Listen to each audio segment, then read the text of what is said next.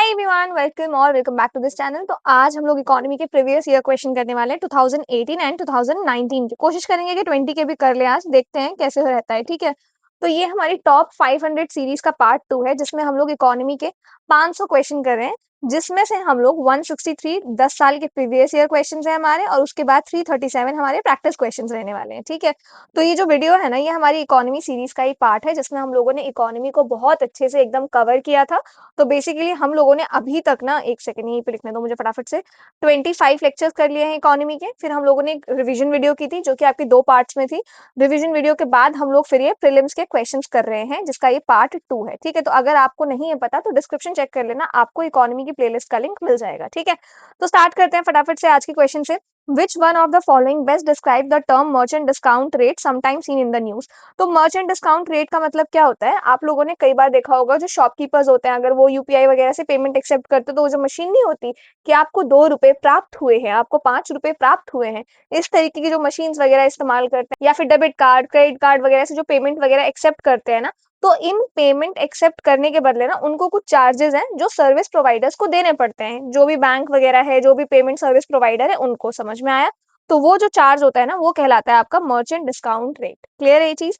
तो ये क्या है? The incentive given by bank to a merchant for accepting payments through debit cards pertaining to that bank. गलत। तो बैंक क्यों इंसेंटिव देगा? बैंक इंसेंटिव नहीं देगा, बल्कि बैंक जो चार्जेस काट रहा है। समझ में आ रहा है? दूसरा, the amount paid back by banks to their customers when they use debit cards for financial transaction for purchasing goods or services। एकदम सही। क्या ये सही ऐसा हो सकता है कि जो भी बैंक वगैरह, जैसे एसबीआई वगैरह है, अगर मैं उसका डेबिट कार्ड यूज कर रही हूँ, तो मैंने उस डेबिट कार्ड का इस्तेमाल करके जो भी गुड्स या सर्विसेज परचेज की है, उसमें जितना अमाउंट लगा है वो मुझे बैंक वापस कर देगा? Is that even possible? तो ये गलत है। Next, the charge to a merchant by a bank for accepting payments from his customers through the bank's debit card। एकदम सही है कि जो भी चार्ज मर्चेंट द्वारा बैंक मतलब काटता है, बैंक द्वारा मर्चेंट से अगर लिया जाता है, अगर बैंक का वो डेबिट कार्ड वगैरह यूज करता है ना, उस केस में, तो ये एकदम ठीक है। इसके बाद fourth, the incentive given by the government to merchant for promoting digital payment by their customers through point of scale machines and debit card. ये गलत है। C option is the right answer. ठीक है, इसके बाद है आपका, with reference to India's decision to levy an equalization tax of 6% on advertisement services offered online by non-resident entities, which of the following statements are correct?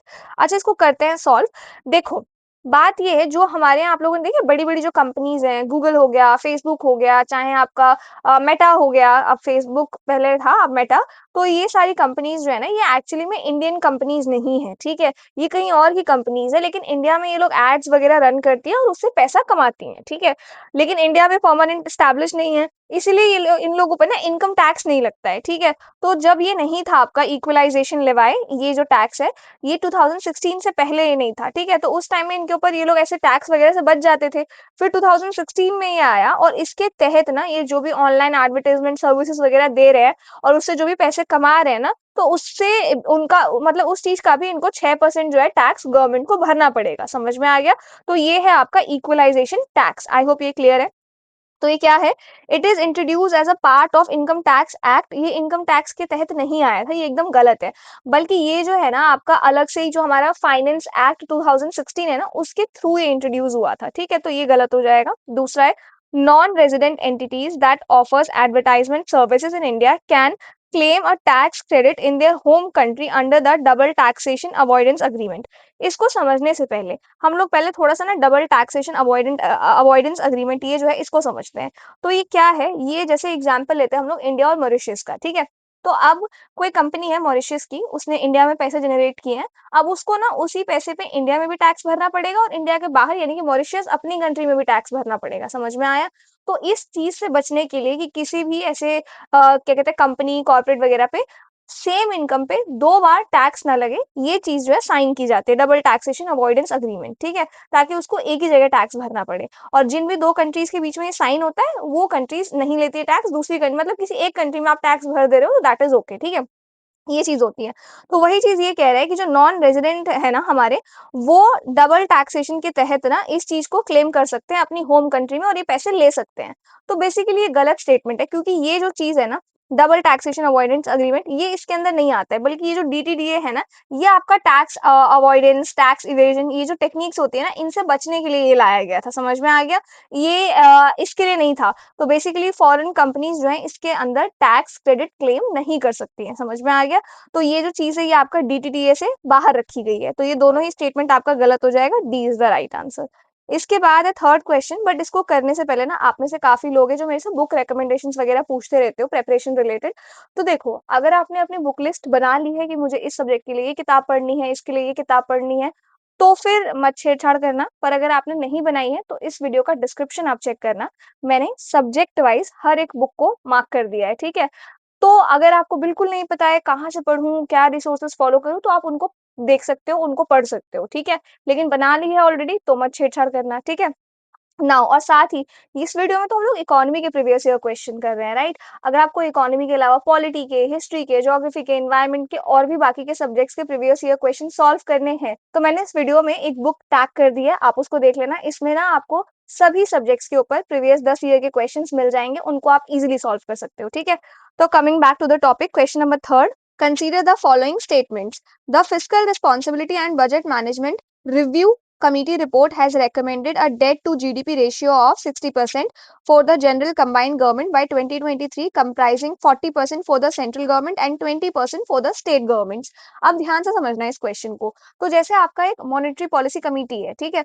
उसका काम है monetary policy को फॉर्मुलेट करना, रेगुलेट करना, राइट? तो वो monetary policy की देखभाल करने का काम है आपका मॉनेटरी पॉलिसी कमेटी का, राइट? सिमिलरली आपका fiscal responsibility and budget management act 2003, FRBM act, इसका काम है आपका जो फिस्कल पॉलिसी है ना उस चीज को रेगुलेट करना। सो बेसिकली एफआरबीएम एक्ट का जो एम है ना वो ये है कि फिस्कल डिसिप्लिन मेंटेन रहे, जो आपका डेट है और जो फिस्कल डेफिसिट है उस चीज को कंट्रोल किया जा सके, लॉन्ग टर्म में जो भी हमारी मैक्रो इकोनॉमिक एक्टिविटी है जैसे कि इन्फ्लेशन वगैरह, वो सारी चीजें स्टेबल रहे। समझ में आ गया? तो वो काम है आपका एफआरबीएम एक्ट का। आप ध्यान से समझो इस चीज को। तो एक ना आपकी कमेटी बनाई गई थी जिस कमेटी का नाम था fiscal responsibility and budget management committee. समझ में आ गया? एफआरबीएम कमेटी, जिसके चेयरमैन थे आपके एन के सिंह, नंद किशोर सिंह, ठीक है? इस कमेटी को आपका 2016 में बनाया गया था रिकमेंडेशन देने के लिए। क्या रिकमेंडेशन देने के लिए वो बताऊंगी मैं।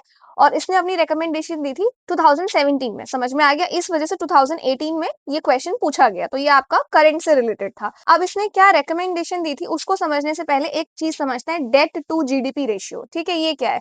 तो इसका मतलब होता है आपका, यहाँ पे लिख देती हूँ मैं, टोटल जो भी आपका गवर्नमेंट का डेट होता है, टोटल गवर्नमेंट डेट, ठीक है? उसको अगर मैं डिवाइड कर दूं जीडीपी से इंटू 100, तो वो आपका आ जाएगा ये डेट टू जीडीपी रेशियो। तो बेसिकली ये बताता है कि किसी भी जो कोई भी देश है ना वो अपनी इकोनॉमी के साइज के मुकाबले कितना कर्जा जो है ले सकता है या ले चुका है। समझ में आ गया? इस वजह से हम लोग डेट टू जीडीपी रेशियो निकालते हैं, ठीक है? नाउ अब हुआ क्या, इस कमेटी ने ना ये रिकमेंडेशन दिया कि गवर्नमेंट जो है ना, central government plus state government, ये दोनों कितना डेट जो है वो टारगेट कर सकते हैं, वो चीज इस कमेटी ने बताया। तो इसने बताया कि total central government plus state government मिला के आपका 60% तक आपका डेट टू जीडीपी रेशियो, यानी कि इतना कर्जा ले सकते हैं, जिसमें से आपका 40% सेंट्रल गवर्नमेंट का होगा और 20% आपका स्टेट गवर्नमेंट का होगा। समझ में आ गया? ये स्टेटमेंट एकदम ठीक है क्योंकि इस कमेटी ने एग्जैक्टली यही रिकमेंडेशन दिया था, ठीक है? याद रखना इस चीज को। इसके बाद मैंने इसलिए बता दिया आपको इस कमेटी के बारे में क्योंकि फिलहाल तो न्यूज में नहीं है, लेकिन फिस्कल पॉलिसी से रिलेटेड है, कहीं आ जाए, इससे आपको डेट टू जीडीपी रेशियो इसका कॉन्सेप्ट क्लियर हो जाएगा। दूसरा आपका, the central government has domestic liabilities of 21% of GDP as compare to that of 49% of GDP of the state government. तो ये स्टेटमेंट आपका गलत है। होता क्या है ना, जब भी कोई कर्जे की बात होती है ना तो उसमें सेंट्रल गवर्नमेंट का जो डेट शेयर होता है ना वो ज्यादा होता है, स्टेट का कम होता है, ठीक है?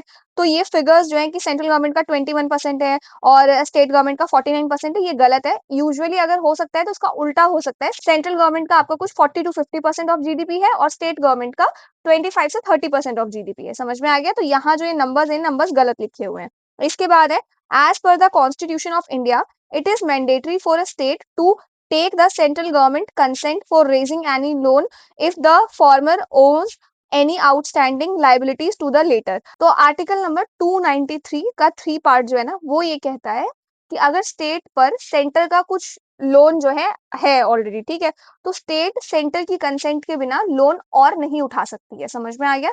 तो इस वजह से ये स्टेटमेंट आपका एकदम सही है। तो question number 1 and question number 3 is the right answer. तो C is the right answer, ठीक है। इसके बाद है आपका consider the following statement. The quantity of imported edible oils is more than the domestic production of edible oils in the last 5 years। तो edible oils कौन से होते हैं आपके? एडिबल ऑयल जैसे कि मस्टर्ड, सोयाबीन, ग्राउंडनट या सनफ्लावर या पाम ऑयल वगैरह जो होते हैं वो होते हैं, ठीक है। तो इंडिया का जो एडिबल ऑयल का जो सिनेरियो है ना वो ये है कि इंडिया वर्ल्ड का लार्जेस्ट इंपोर्टर है एडिबल ऑयल्स का, ठीक है। पाम ऑयल जो है हम लोग इंडोनेशिया से, मलेशिया वगैरह से करते हैं इंपोर्ट, और सोयाबीन ऑयल हो गया आपका, सनफ्लावर ऑयल हो गया, ये अर्जेंटीना से, ब्राजील से, यूक्रेन वगैरह से करते थे, यूक्रेन से पहले करते थे, ठीक है। तो ये कुछ आपका इंडिया का सीन है। अब ये जो आपका कह रहा है कि जो हमारा इंपोर्टेड एडिबल ऑयल की जो क्वांटिटी है वो ज्यादा है अगर मैं कंपेयर करूं डोमेस्टिक प्रोडक्शन से, तो ये स्टेटमेंट एकदम सही है। आज की डेट में भी जो हमारा इंपोर्टेड एडिबल ऑयल का जो क्वांटिटी है वो ज्यादा है कंपेयर किया जाएगा डोमेस्टिक से, तो ठीक है। तो बेसिकली इंडिया का जो भी टोटल एडिबल ऑयल का जो रिक्वायरमेंट है ना उसका 55 से 60% तक हम लोग आज भी इंपोर्ट करते हैं, ठीक है। तो ये चीज ध्यान रखना। इसके बाद है the government does not impose any custom duty on all the imported edible oils as a special case. Question आपका कह रहा है कि गवर्नमेंट जो है कस्टम ड्यूटी जैसे टैक्स नहीं होता वो टैक्स लगाती ही नहीं है जो भी हम लोग इंपोर्ट करते हैं एडिबल ऑयल्स उनमें। तो ये एकदम गलत है, बिल्कुल गलत है ये चीज। बल्कि जो आपका कस्टम ड्यूटी है ना ये इंक्रीज भी होता है फार्मर्स के राइट को प्रोटेक्ट करने के लिए, ताकि जो हमारा जो डोमेस्टिक प्रोडक्शन है ऑयल का वो बढ़ सके, और रिड्यूस भी होता है अगर इन्फ्लेशन वगैरह ज्यादा आ जाए तो ये चीज जो है ना कि all the imported edible oils ये गलत है, ठीक है। तो आपका सिर्फ स्टेटमेंट 1 है जो सही है। इसके बाद है which one of the following links all the ATMs in India. तो इंडिया में जो सारे एटीएम्स हैं वो मतलब कैसे लिंक होते हैं, देखो ध्यान से सुनो, पहले एटीएम का कॉन्सेप्ट आप लोग समझो। तो बेसिकली आप किसी भी बैंक के एटीएम से पैसे निकाल सकते हो, ठीक है। ये पॉसिबल क्यों है? क्योंकि इंटर बैंक एटीएम नेटवर्क होता है, ठीक है, ये चीज ध्यान रखना। तो बेसिकली इस चीज को रेगुलेट कौन करता है? एनपीसीआई करता है, आपका national payment corporation of India, ध्यान रखना। तो बेसिकली एनपीसीआई का काम है एटीएम नेटवर्क को इंटरलिंक करना, डेबिट कार्ड जो ट्रांजेक्शन होते हैं ना उसको सेटल करना, ये सारा काम आपका एनपीसीआई का ही है, ठीक है। तो एनपीसीआई का यूपीआई हो गया, रुपे हो गया, ये सारी जो चीजें हैं, और एनएफएस जो होता है national financial switch ATM network का हिस्सा, वो सारी चीजें जो है वो इसी का काम है रेगुलेट करने का। समझ में आ गया?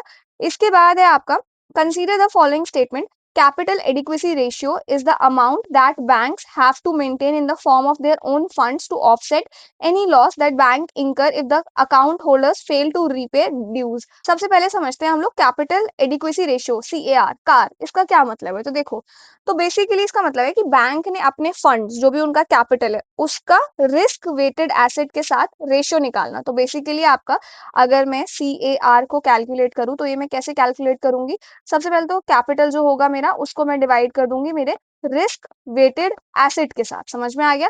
तो इससे मुझे ये पता चलता है कि बैंक को कितना लोन देना चाहिए, और ये इसीलिए बैंक निकालती है ताकि बैंक को अनएक्सपेक्टेड लॉसेस का सामना ना करना पड़े, डिपॉजिटर्स जो है उनका पैसा सेफ रहे, और क्या कहते हैं बैंकिंग सिस्टम जो है उसकी स्टेबिलिटी वगैरह इंश्योर रहे। तो इस वजह से इसको कैलकुलेट किया जाता है एंड देन जाके बैंक जो है वो लोन देता है, ठीक है। तो ये एकदम ठीक है कि कार जो है वो अमाउंट है जो बैंक आपका मेंटेन करता है अपने फंड्स के तौर पे, ताकि जिसको लोन दिया है ना अगर वो लोन वापस नहीं भी कर पाया तो बैंक को नुकसान ना हो। क्लियर है ये चीज? तो ये सही है। Car is decided by each individual bank, तो ये आपका एकदम गलत है। इसलिए गलत है क्योंकि कार जो इसकी जो वैल्यू है ना ये बैंक्स डिसाइड नहीं करते हैं, बल्कि ये आपका जो CAR रेगुलेटर्स है ना वो डिसाइड करते हैं। जैसे बेसल नॉर्म 3 हो गया, और आरबीआई है आपका जो मिनिमम कैपिटल एडिक्वेसी रेशियो की वैल्यू फिक्स करती है कि 8% होना चाहिए, 9% होना चाहिए। बेसल 3 के जो नॉर्म्स है उनके अकॉर्डिंग ये सारी चीजें जो है किया जाता है, ठीक है। तो ये गलत हो जाएगा, ये सही हो जाएगा। Only one statement is correct. इसके बाद है India enacted the geographical indication of goods registration and protection act 1999 in order to comply with the obligations to. अब देखो जोग्राफिकल इंडिकेशंस क्या है, जो जीआई टैग्स वगैरह के बारे में आप लोगों ने सुना होगा अगर आप लोग करंट अफेयर वगैरह पढ़ते हो तो ये ना ऐसे प्रोडक्ट को दिया जाता है जो किसी स्पेसिफिक जोग्राफिकल एरिया से बिलोंग करता है, जिसकी क्वालिटी, रेप्यूटेशन या जो कैरेक्टरिस्टिक्स है ना वो पर्टिकुलरली उस एरिया से ही लिंक्ड है। जैसे कि अगर मैं बोलूँ दार्जिलिंग, दार्जिलिंग टी और बनारसी साड़ी हो गई और आपके जो ये चीज़ें जो किसी एक एरिया को की याद आ जाए आपको कि ये तो इसी एरिया से बिलॉन्ग करते हैं। तो इस वजह से ये जीआई टैग जो दिया जाता है। नाउ अब ये देता कौन है? तो ये आपका देता है वर्ल्ड ट्रेड ऑर्गेनाइजेशन डब्ल्यूटीओ। ये इसलिए दिया जाता है ताकि इंटरनेशनल मार्केट्स वगैरह में ये जो लोकल प्रोडक्ट्स हैं जो किसी पर्टिकुलर एरिया को बिलोंग करते हैं ये कोई और क्रेडिट ना ले ले, इस वजह से ये चीज जो है वो किया जाता है। क्लियर है ये चीज? नाउ इसके बाद है आपका with reference to digital payments consider the following statement. तो डिजिटल पेमेंट क्या होता है? डिजिटल पेमेंट का मतलब है कि हम जो है पैसे आपस में ट्रांसफर कर सकते हैं इलेक्ट्रॉनिकली ऑनलाइन, बेसिकली समझ में आ गया। तो बेसिकली इंटरनेट का इस्तेमाल कर रहे हैं हम लोग, मोबाइल का या एसएमएस का, तो किसी भी इलेक्ट्रॉनिक तरीके से हम लोग जो है पैसे ट्रांसफर कर रहे हैं without physical exchange of notes हो गया या कॉइन्स हो गया उनके बिना। ठीक है, तो ये चीज है। तो भीम app allows the user to transfer money to anyone with a UPI enabled bank account. तो भीम क्या है? आपका भारत इंटरफेस फॉर मनी। ठीक है, गवर्नमेंट ने बनाया था और एनपीसीआई के द्वारा डेवलप किया गया था। तो ये एकदम सही है, अगर आप लोग इस्तेमाल करते हो तो आपको पता ही होगा कि हम लोग पैसे ट्रांसफर कर सकते हैं, बस हमें उसकी यूपीआई आईडी पता होना चाहिए या तो कॉन्टैक्ट नंबर पता होना चाहिए, तो वो हम भेज सकते हैं। ठीक है, इसके बाद है while a chip pin debit card has 4 factors of authentication, भीम app has only 2 factors of authentication. अब यहाँ एक चीज देखो, आपका जो ये डेबिट कार्ड है, चिप पिन डेबिट कार्ड, ये 4 फैक्टर्स पे ऑथेंटिसिकेशन नहीं करता है, 2 फैक्टर्स पे करता है।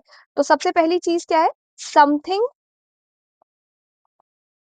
यू हैव, क्या है आपके पास? वो है आपके पास कार्ड। ठीक है, एंड दूसरा ऑथेंटिसिकेशन फैक्टर है आपका समथिंग यू नो, क्या जानते हो आप? पिन। समझ में आ गया? बिना पिन के हो सकता है क्या? तो ये 2 फैक्टर्स है जिनके ऊपर आपका जो डेबिट कार्ड से पेमेंट है वो ऑथेंटिसिकेट होता है। ठीक है, सिमिलरली आपका जो भीम है, भीम के भी 2 ही ऑथेंटिसिकेटिंग फैक्टर है। सबसे पहले तो मोबाइल डिवाइस हो गया या फिर सिम कार्ड जो है वो, और दूसरा है आपका UPI pin, something you know. समझ में आ गया? तो वही भीम का भी something you have, mobile phone या फिर आपका सिम कार्ड इसमें काउंट हो जाएगा, और something you know that is your pin. तो बेसिकली ये दोनों ही आपके ओनली 2 फैक्टर्स ऑथेंटिसिकेशन है, 4 फैक्टर पे डिपेंड नहीं करता है, तो ये गलत हो जाएगा। First is the right answer A. ठीक है, next, international labour organization convention 138 and 182 are related to. अब ये भी ना उस टाइम में न्यूज में बना हुआ था, आईएलओ, अगर कोई बॉडी ऐसे बनी हुई है तो आपको उसके बारे में जानना चाहिए। ठीक है, तो आईएलओ यूनाइटेड नेशन की एक स्पेशलाइज एजेंसी है जिसका काम है जो भी लेबर्स हैं, वर्कर्स हैं, और उनके राइट्स को लेके बात करना, सोशल जस्टिस वगैरह प्रोवाइड करना। ठीक है, इंडिया भी इसका फाउंडिंग मेंबर है। फाउंडिंग मेंबर क्या होता है? फाउंडिंग मेंबर का मतलब होता है जब से वो बॉडी बनी है ना तब से उस बॉडी के साथ एसोसिएटेड है, जुड़ा हुआ है। समझ में आ गया? तो इंडिया भी इसका फाउंडिंग मेंबर है। नाउ आईएलओ का जो 138 कन्वेंशन है ना, ये आपका ये कहता है कि जो मिनिमम एज है ना वो बताता है कि बच्चों के काम करने की मिनिमम एज क्या है, ताकि उनकी स्कूलिंग अफेक्ट ना हो, चाइल्ड एक्सप्लॉयटेशन को रोका जा सके। तो बेसिकली चाइल्ड लेबर से ये चीज जो है डील करता है। ठीक है, इसके बाद है आपका 182 डील करता है आपका जो आपके स्लेवरी है, ह्यूमन ट्रैफिकिंग है, फोर्स लेबर है, या चाइल्ड प्रोस्टिट्यूशन है। तो बेसिकली चाइल्ड लेबर को ही हटाने का काम है ये, लेकिन थोड़े अलग फॉर्म में, जैसे ह्यूमन ट्रैफिकिंग ना हो सके, स्लेवरी ना करवाई जा सके बच्चों से, इस चीज से। और जो 138 है वो मिनिमम एज बताता है कि किस मिनिमम एज से बच्चों को काम करवा सकते हो और क्या काम करा सकते हो। जैसे कि आपको पता है बच्चे आपके एंटरटेनमेंट इंडस्ट्री में भी है, टीवी वगैरह में भी आपके चाइल्ड एक्टर्स होते हैं, राइट? लेकिन वहां पे ना कोई हजार्डस वर्क नहीं कराया जाता है उनसे। ठीक है, लेकिन फैक्ट्रीज में और लेबरिंग वगैरह का काम कराया जाता है, ये सारे काम मना है। तो ये जो चीजें हैं ना, ये आपका ये बताता है कौन सी एज के हिसाब से कौन सा काम कर सकते हैं बच्चे। और 182 आपका बताता है कि कैसे मतलब चाइल्ड लेबर को ही एलिमिनेट करना है, लेकिन slavery, human trafficking, force labours, इन सभी चीजों में जो बच्चों को लाया जाता है वो मना किया गया है। समझ में आ गया? तो ये दोनों ही आपके चाइल्ड लेबर से ही रिलेटेड है। ठीक है, A is the right answer. Next है हमारे पास which of the following is are the aims of digital india plan of the government of india। तो डिजिटल इंडिया ये जो है ना, ये गवर्नमेंट ने 2015 में लॉन्च किया था इसको। ठीक है, इसका काम ये था कि जो हमारी कंट्री है ना उसको इस तरीके से बनाना कि जो टेक्नोलॉजीज है ना, टेक्नोलॉजीज के थ्रू हम लोग गवर्नेंस, सर्विसेज, इंफॉर्मेशन, ये चीजें हर सिटीजन तक पहुंचा सके। समझ में आ गया? इस वजह से इसको आपका लॉन्च किया गया था 2015 में। मैं आपको ना इसके लॉन्च होने से 2015 से पहले का किस्सा सुनाती हूँ। अगर आप में से कोई भी अपने पेरेंट्स के साथ बैंक गया है या किसी सरकारी ऑफिस गया है, कोई भी certificate, for example Aadhaar card हो गया या कुछ भी बनाने के लिए, तो आपको पता होगा पहले क्या होते थे ना, बहुत झंझट होता था। इनफैक्ट जो यूपीएससी का फॉर्म भी आज तो हम लोग फटाफट ऑनलाइन फॉर्म निकला है भर देते हैं फटाफट, राइट? पहले ऐसा नहीं था। पहले कोई पर्टिकुलर बैंक है जो कुछ फॉर्म्स निकालते हैं, वहाँ जाओ, फिर वो फॉर्म करेक्ट करो, फिर वो फॉर्म फिल करो, फिर पोस्ट ऑफिस के द्वारा उस फॉर्म को भेजो। समझ में आ गया? साथ ही अगर मुझे फॉर एग्जांपल आधार कार्ड का एग्जांपल ले लेते हैं या पासपोर्ट का एग्जांपल ले लेते हैं, तो आजकल तो आप ऑनलाइन सारे डॉक्यूमेंट्स अपलोड करो, फिर आपको कॉल आएगा, वेरिफिकेशन होगा, बन गया आपका पासपोर्ट या बन गया आपका आधार कार्ड।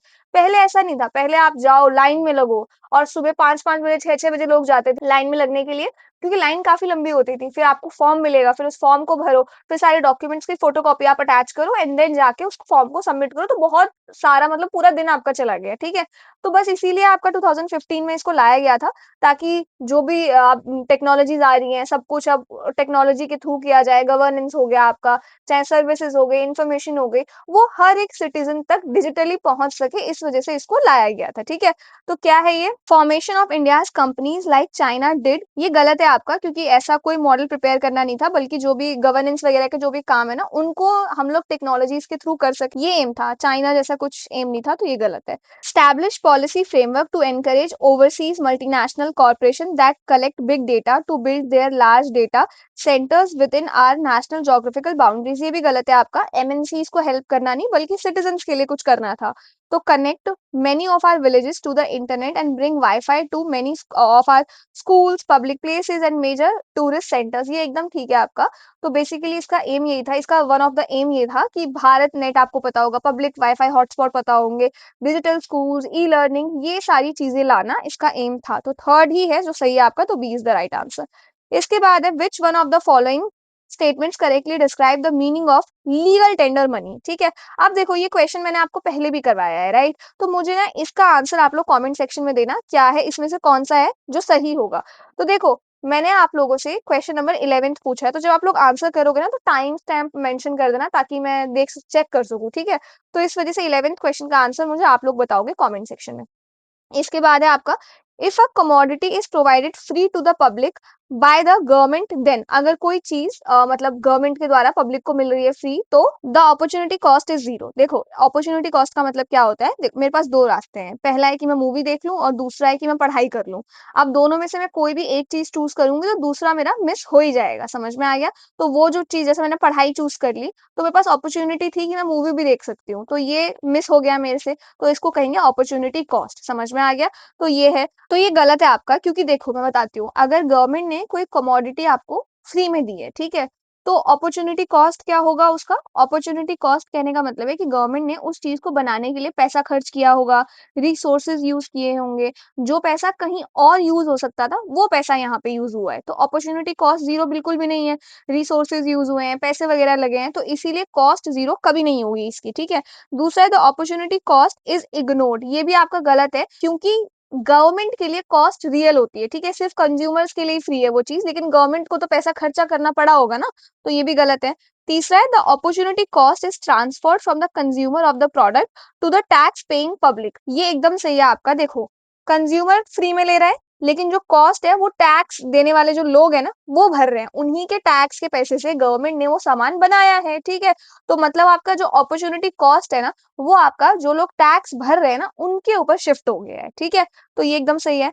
लास्ट है आपका, the opportunity cost is transfer from the consumer of the product to the government, नहीं, गवर्नमेंट के ऊपर ट्रांसफर नहीं हुआ है, गवर्नमेंट ने अपनी जेब से थोड़ी दिया है, बल्कि गवर्नमेंट को भी टैक्स के जो पैसे मिले हैं, उसका यूज करके वो प्रोडक्ट बनाया है, ठीक है? तो ये भी गलत हो जाएगा, C is the right answer.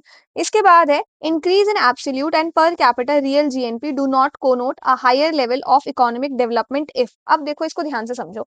सबसे पहले समझते हैं हम लोग कि हमारा कहाँ पे, यहीं पे कर देती हूँ, एब्सोल्यूट जीएनपी क्या है।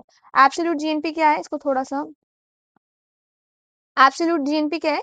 तो जो भी हमारे देश की टोटल रियल इनकम है ना, तो रियल इनकम को अगर मैं डिवाइड कर दूं आउटपुट से, तो दैट इज कॉल्ड आपका ये एब्सोल्यूट जीएनपी। समझ में आ गया?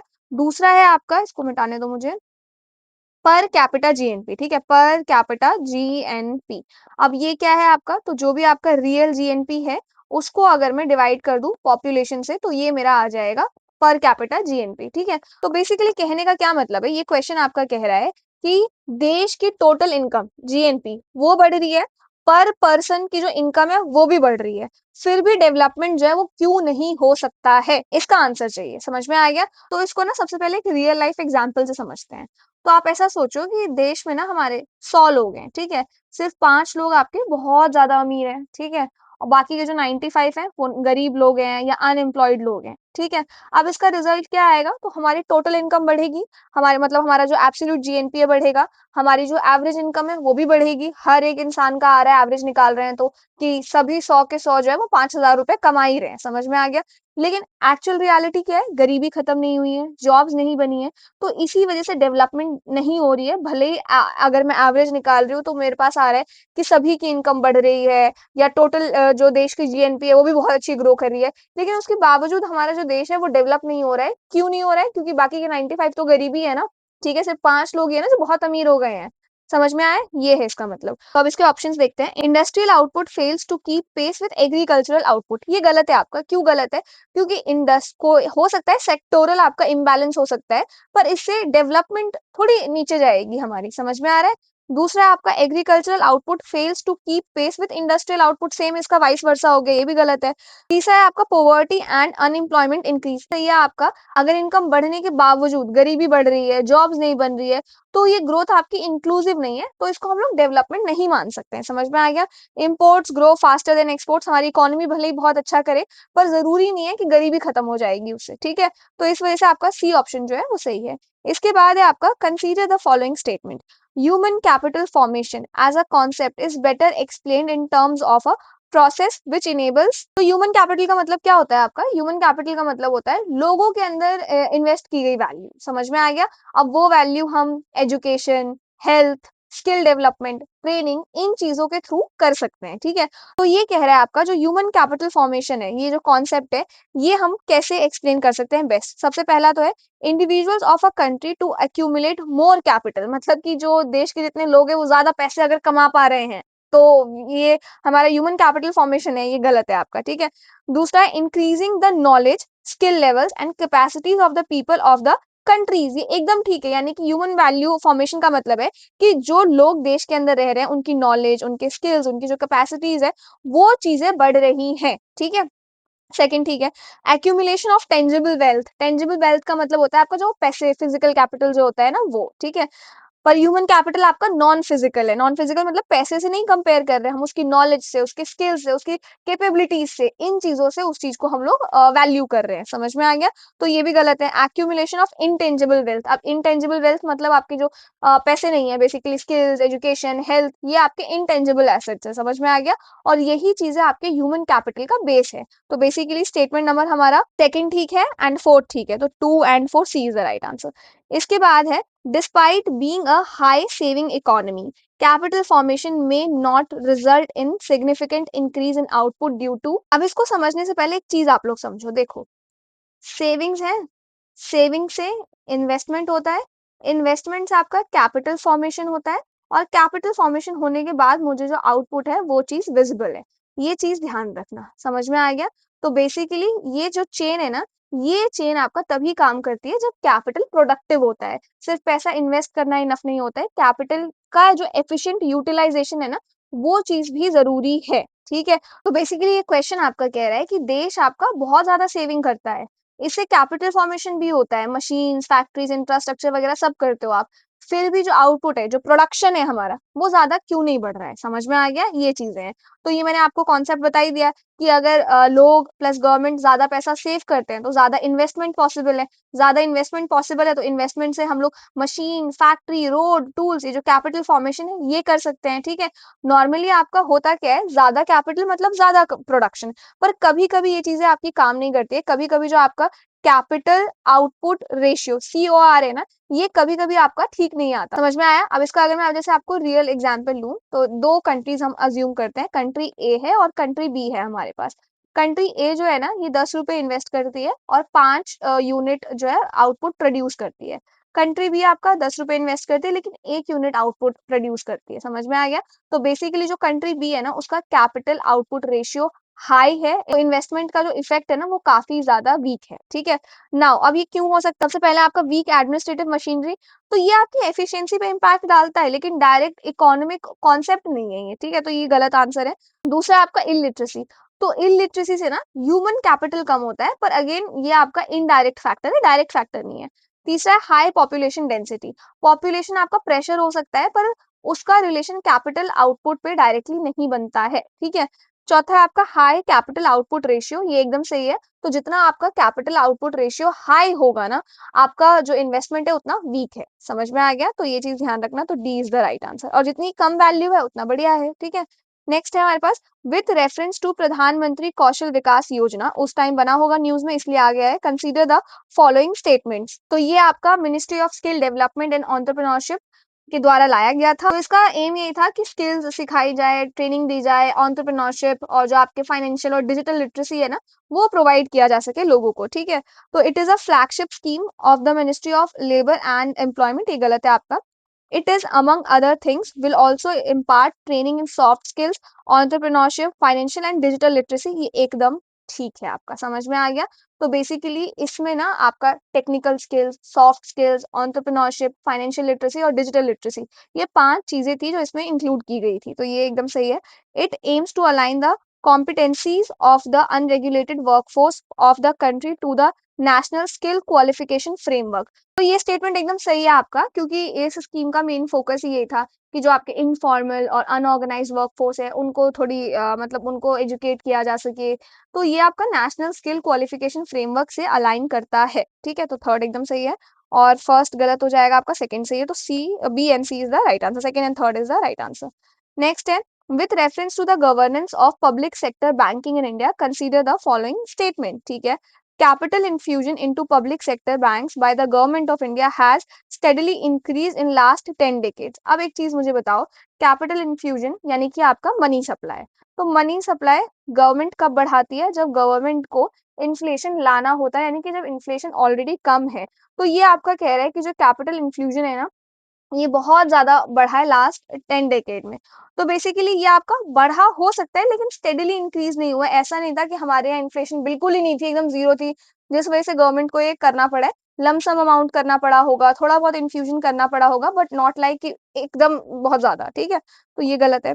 To put the public sector banks in order, the merger of associate banks with the parent State Bank of India has been affected. तो बेसिकली ये आपका एकदम सही है। हुआ क्या ना, 2017 में 5 एसबीआई एसोसिएट बैंक जो है वो मर्ज कर दिए गए थे आपके एसबीआई में। इसका रीजन ये था कि ऑपरेशनल एफिशिएंसी बढ़े, कॉस्ट थोड़ा कम हो, कंसोलिडेशन हो एसेट एंड लाइबिलिटीज का, ठीक है। जैसे कि एक तो स्टेट बैंक ऑफ सौराष्ट्र था, state Bank of Bikaner and Jaipur और बाकी एक्सेट्रा।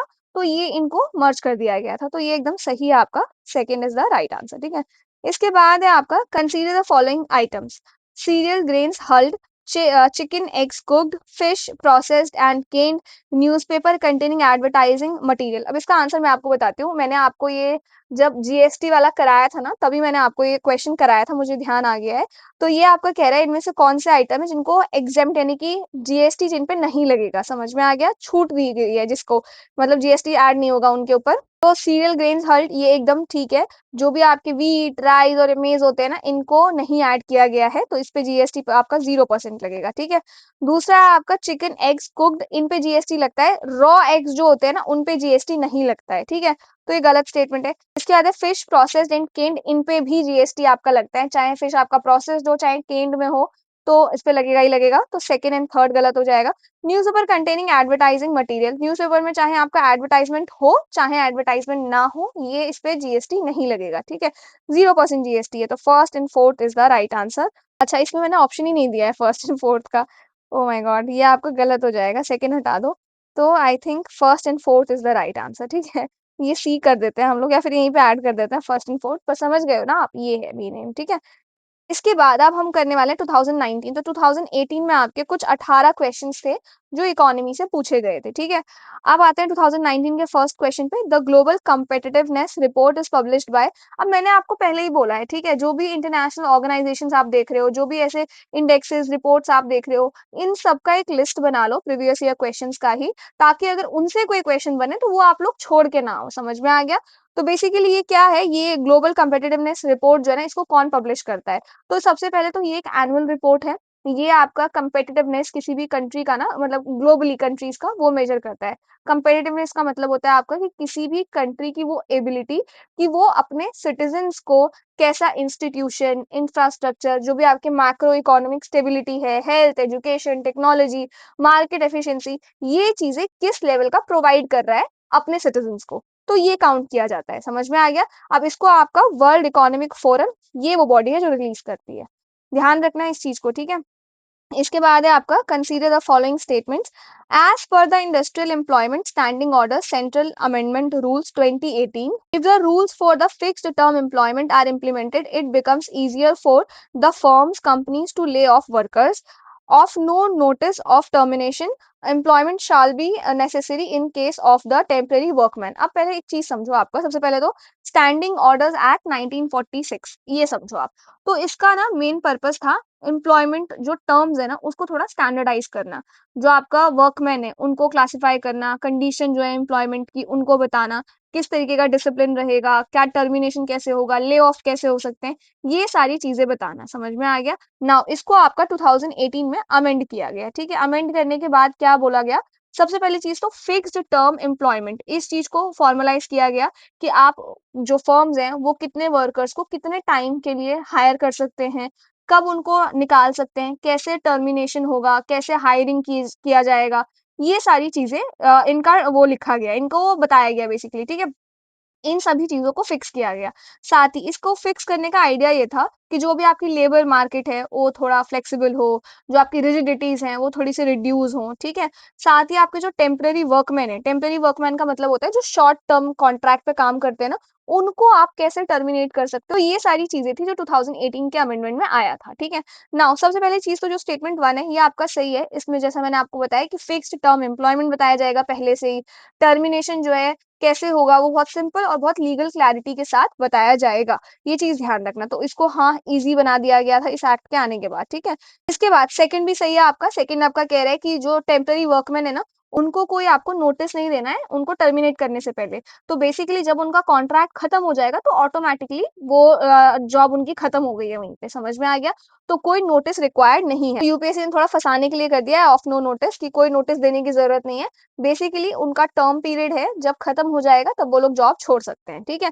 इस वजह से तो दोनों स्टेटमेंट आपके सही हैं। इसके बाद आ जाओ, the service area approach implemented under the purview of was. तो ये जो है आपका सर्विस एरिया अप्रोच, इसको 1989 में इंट्रोड्यूस किया गया था। इसका एम था जो बैंकिंग सर्विसेज हैं उनको थोड़ा इजी कर देना, ताकि जो आपके रूरल एरियाज हैं, विलेजेस हैं, वहां तक पहुंच सके, फाइनेंशियल इंक्लूजन को प्रमोट करना, और एरिया स्पेसिफिकली एक बैंक की ब्रांच जो है बनाया जा सके। समझ में आ गया? तो बेसिकली हर बैंक ब्रांच जो है वो रिस्पॉन्सिबल है कि उनको ऐसे गांवों में, ऐसे एरिया में अपनी सर्विसेज प्रोवाइड करनी है जहाँ पे 60 से 80 तक गांव हो, और क्रेडिट फ्लो आपको मेंटेन करना है एग्रीकल्चर में, स्मॉल स्केल इंडस्ट्री में, और जो बाकी के आपके प्रायोरिटी सेक्टर्स हैं उनमें भी। समझ में आ गया?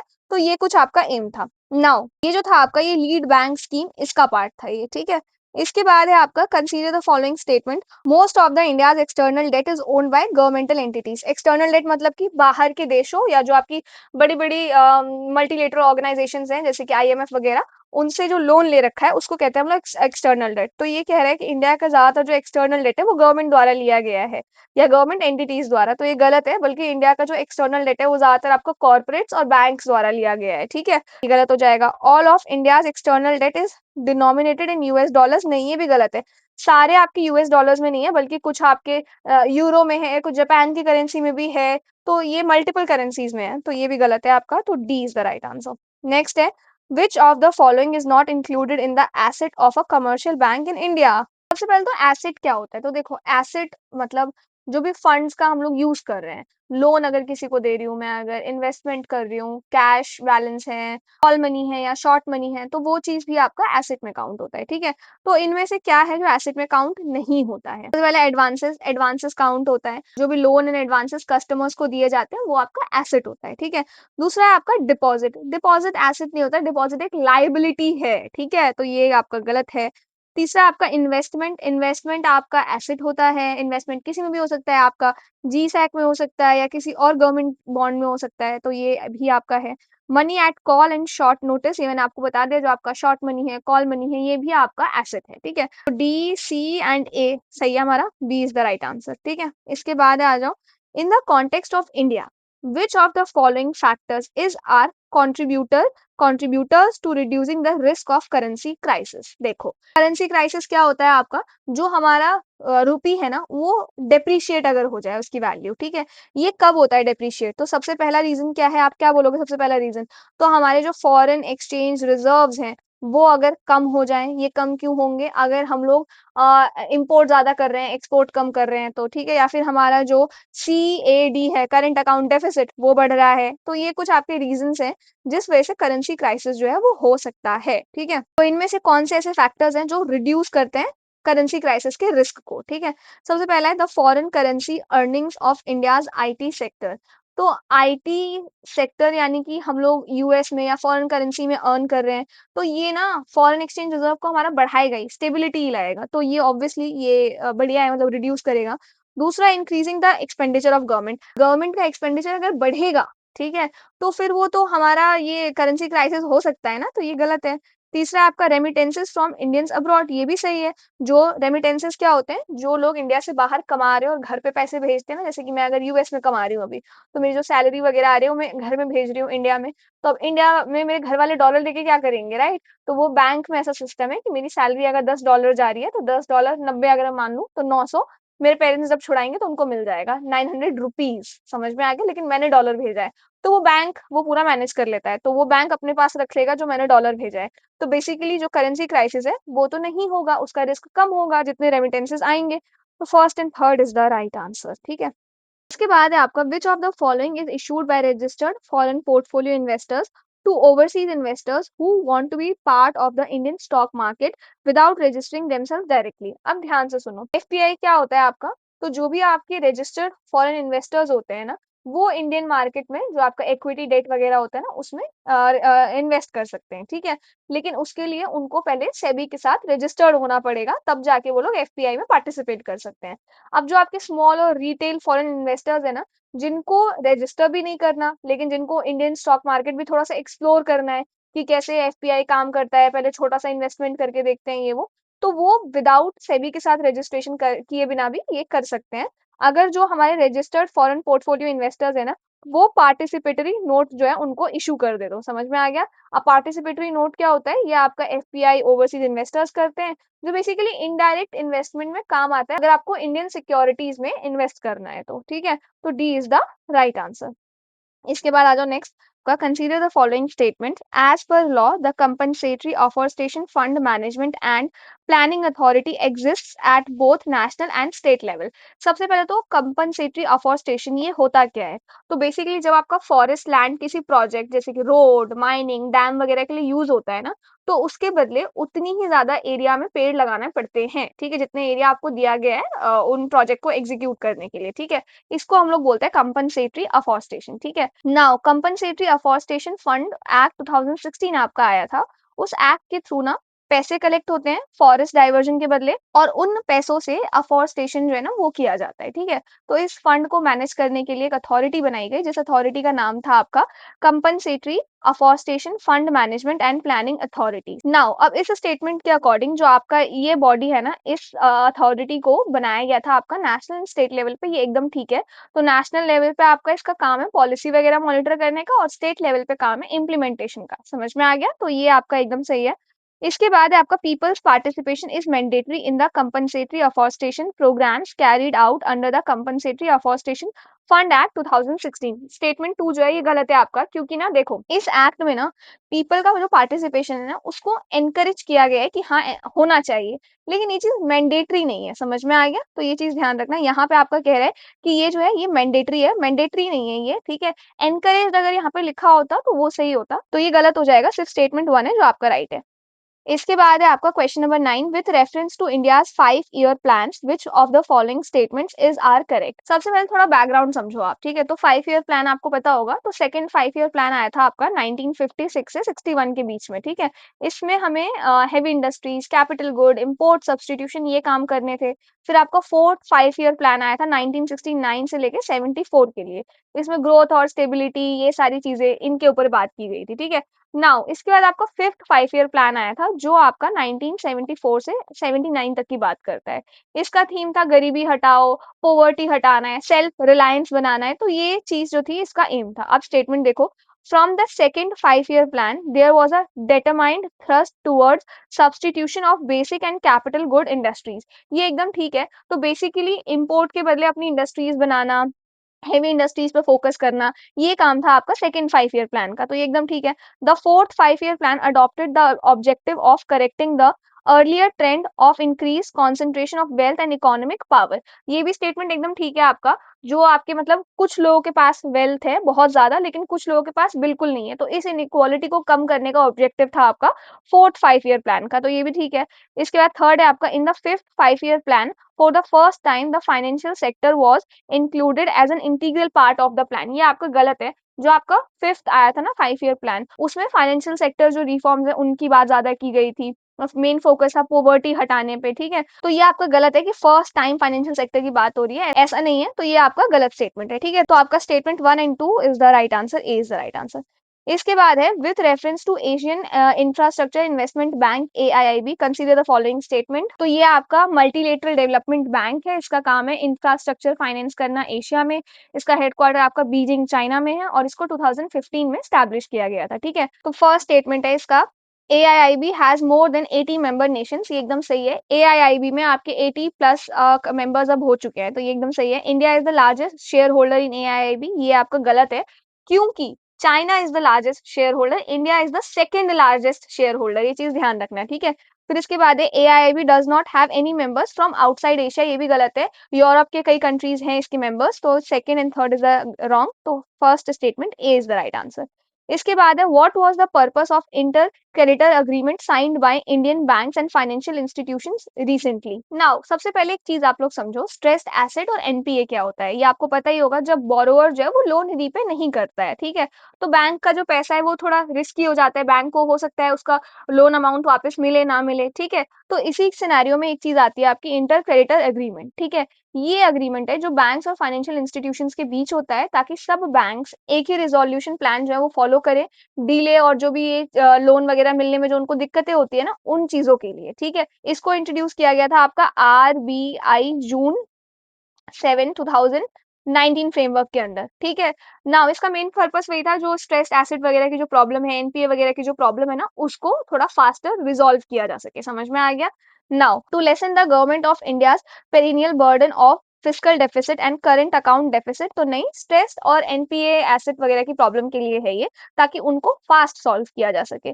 To support the infrastructure project of central and state government, गलत। To act as independent regulator in case of application for loans of 50 crore or more, ये गलत है।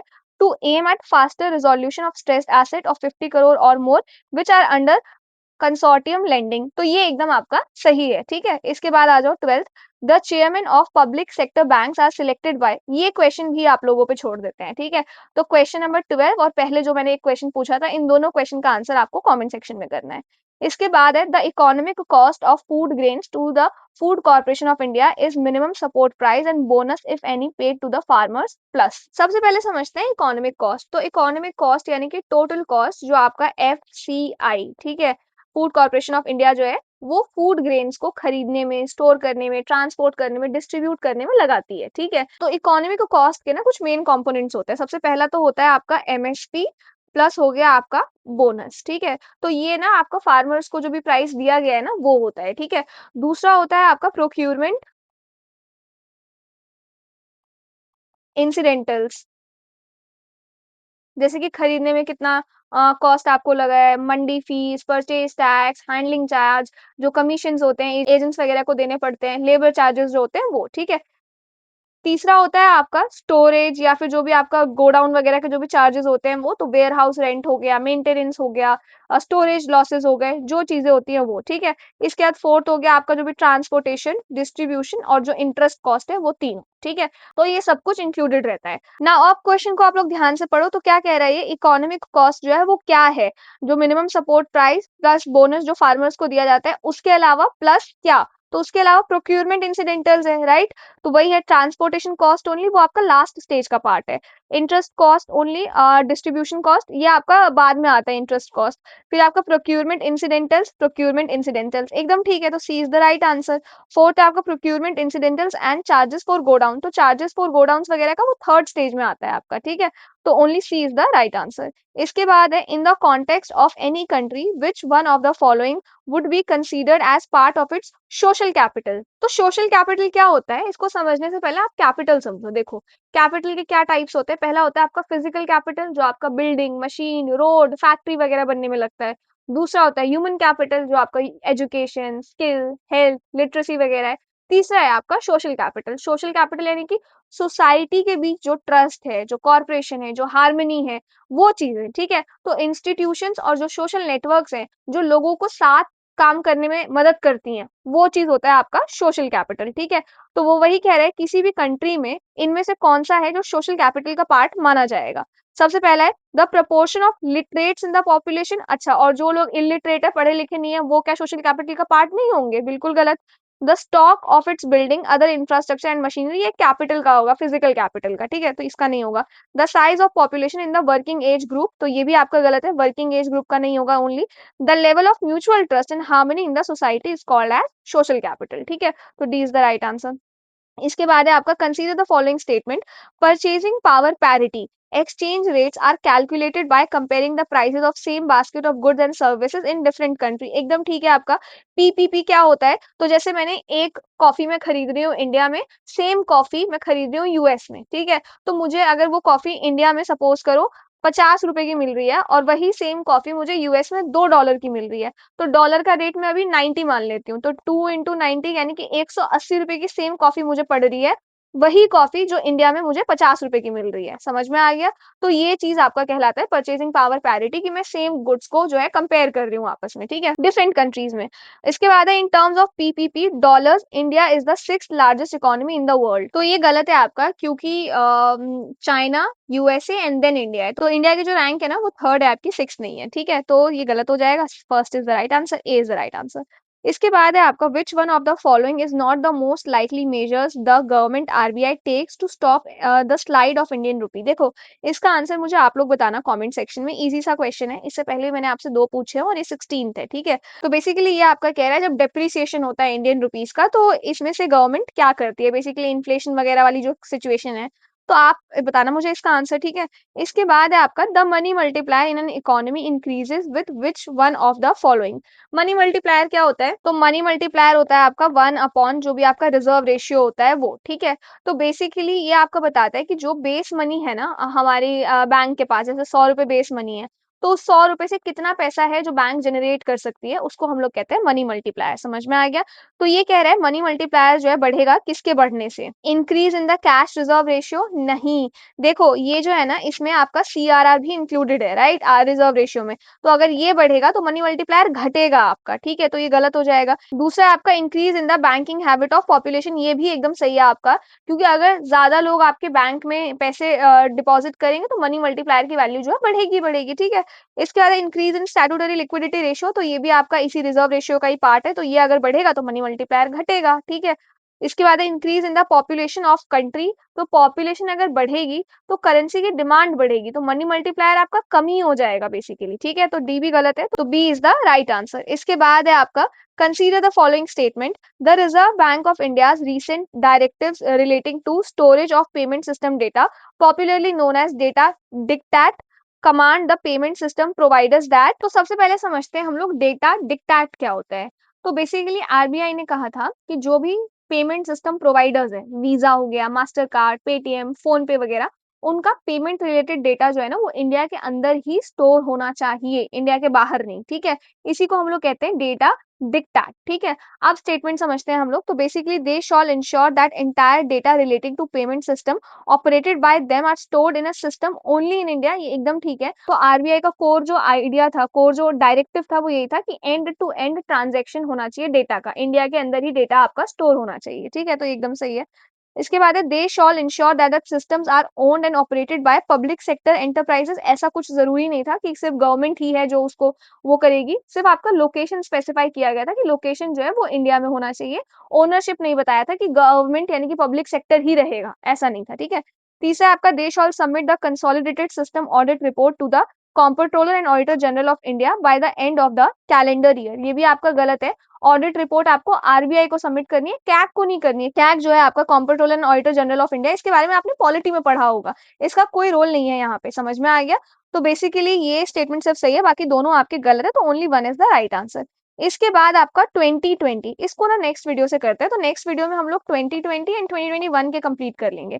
तो आज के लिए इतने रहने देते हैं। आई होप आप लोगों को समझ में आया हो। कोई डाउट हो तो प्लीज मुझे बताना कमेंट सेक्शन में। जो मैंने क्वेश्चंस आपसे 2-3 पूछे हैं उनका आंसर देना मुझे कमेंट सेक्शन में।